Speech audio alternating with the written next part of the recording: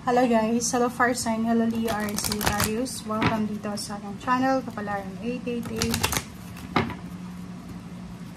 Alamin natin ito ng messages, vibration, gabay energy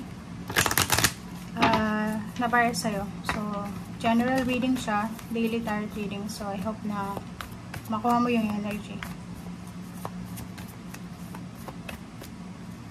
Okay. Fire sign Leo R. Sagittarius. Fire sign Leo R. Sagittarius. Okay. Okay. Fire sign Leo R. Sagittarius. Nako. Nakikita ko siya dito na mag-iingat ka sa mga taong pinagkakatiwalaan mo.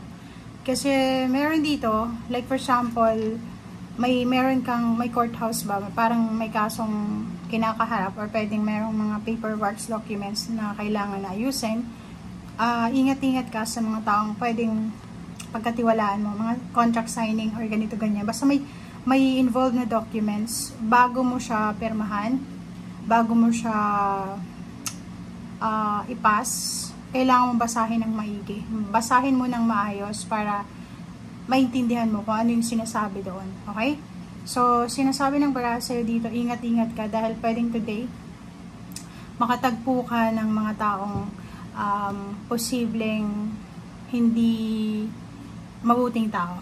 Okay? Yung mga taong halang yung kaluluwa nila. Yung parang wala silang balak na maging mabuting tao. So, mag-iingat ka dahil posibleng makatagpo ka sa araw ng ganito.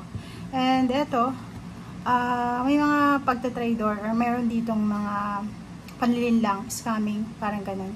Sa relationship, mag-iingat ka sa mga taong papapasukin mo sa buhay mo, lalo na kung bago ka sa lugar na yan, or lalo na kung bago ka sa trabaho, or bago ka sa bansang yan, mag-iingat ka. Okay? Nakikita ko siya dito na mayroon kang minamanifest na trabaho, or may minamanifest ka na movement. So, sinasabi dito na malapit ng makomplete yung mga documents mo, paperworks or anything para sa travel na yan or para sa movement na yan. So, for example, magmamigrate ka sa ibang bansa or pwedeng lilipat ka ng bahay, lilipat ka ng trabaho or pwedeng kung saan pa man, sinasabi dito na on the way na, near to completion na siya, malapit na. So, pwedeng nasa preparation ka na ngayon sa kung ano man itong piniprepare mo. Okay?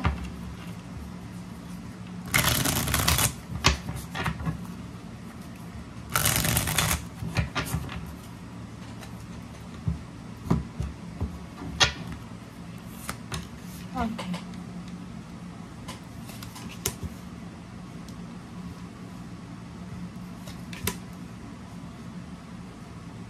Okay. So, meron kang 3 cards dito. 5 of Swords, Strength, and 10 of Cups. Kung makikita mo, sinasabi sa'yo dito ng barahan na sa usaping pamilya, sobrang blessed ka sa pagkakaroon ng mga taong suportado ka sa kung ano man itong gagawin mo. Emotionally, wala kang dapat na ipag-alala kasi sobrang strong ng foundation mo, ng parang stability and security. So, sobrang strong. Nakikita ko sa'yo dito na may paparating na family gatherings, reunion, recognition, awards, rewards, PS, or anything na connected dito. Meron ka lang ditong pakaramdam na medyo atong 5 of Swords, pwedeng isa kang parent or pwedeng isa kang father or mother. Siguro may mga parating na birthday celebration about sa anak mo or pwedeng sa kapamilya, sa asawa, boyfriend, girlfriend. Ang problema lang siguro, financially hindi ka ready. Okay? And sa ngayon, nakikita ko sa'yo dito na yun yung parang pinaproblema mo, na parang iniisip mo na kawawa yung anak ko, kawawa yung asawa ko, kawawa yung magulang ko kasi deserve nila yung party na to, pero hindi mo kaya. So, dito sa bara, sinasabi na huwag kang masyadong magpanik, huwag kang masyadong mag-alala kasi yung kailangan mo ay posibleng i-provide yan ng universe. So, be strong, be positive. Kasi, alam mo ba sa pagiging positive, kahit yung imposible, nagiging posible. Diba? Okay. So, yun. So, nag-aalala ka. Nakikita natin dito. Isa din ditong pwedeng inaalala mo is yung parents mo, yung mother. So, nakikita ko siya dito na siguro may mga good news na posibleng darating sa mga first sign Leo Sagittarius na marami kayong mga inaalala, 'di ba? Ang dami niyong iniisip. So, may new beginnings dito, may fertility, lalo na sa mga babae na first sign Leo Sagittarius. So, good news, letters, chat, call, kwento with someone na babae, parang parents mo siya, mother or kapatid na babae, tiyahin, katrabaho. So, nakikita natin na marami siyang ibabalita sa'yo na pwedeng magiging parang solusyon sa mga pag-aalala mo. Okay? Wow. So, yun. Pwedeng ang balita niya is lump sum of money or pwedeng mga changes siya. Okay? So, pwedeng yung matagal mo nang hinihintay na inheritance, lump sum of money, or anything na related sa pera, pwedeng yung salary increase or pwedeng yung payments sa mga utang sa'yo or may binibenta ka siguro. So, eto na. So, yung 10 of Pentacles dito is a manifestation ng money na matagal mo nang hinihintay. Meron ditong foundation na parang bumagsak. So, nakikita ko siya dito. May mga family relationships na pwedeng nasira maybe last year or pwedeng few months ago. But nakikita ko sa'yo dito na kung sino itong taong ito na nagkaroon ka ng miscommunication or parang the tower, diba? Kung sino man itong taong ito na parang feeling mo nung mga panahon na magkaaway kayo or hindi kayo nagkikibuan, feeling mo hindi siya importante sa'yo, but now darating ang oras na posibleng siya yung magdadala sa'yo ng balanse.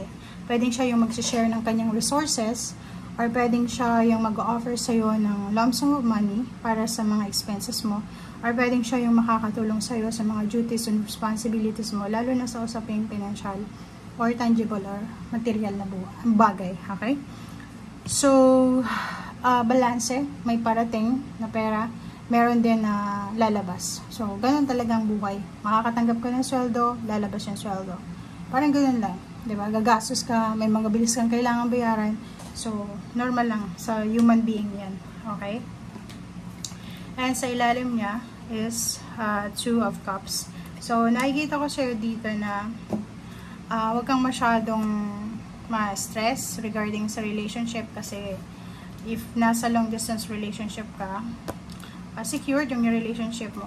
Okay? Walang dapat ipag-alala, walang dapat ikatakot kasi faithful naman yung partner mo or yung relationship mo. And nakikita ko siya dito na may mga isa-celebrate yung ibang wedding anniversaries. Pwedeng malapit na. Pwedeng few days or in few weeks may mga anniversaries dito. May isa-celebrate kayo, couple. Or may mga good news na posibleng siya yung rason ng celebration. Okay? Thank you guys. Bye!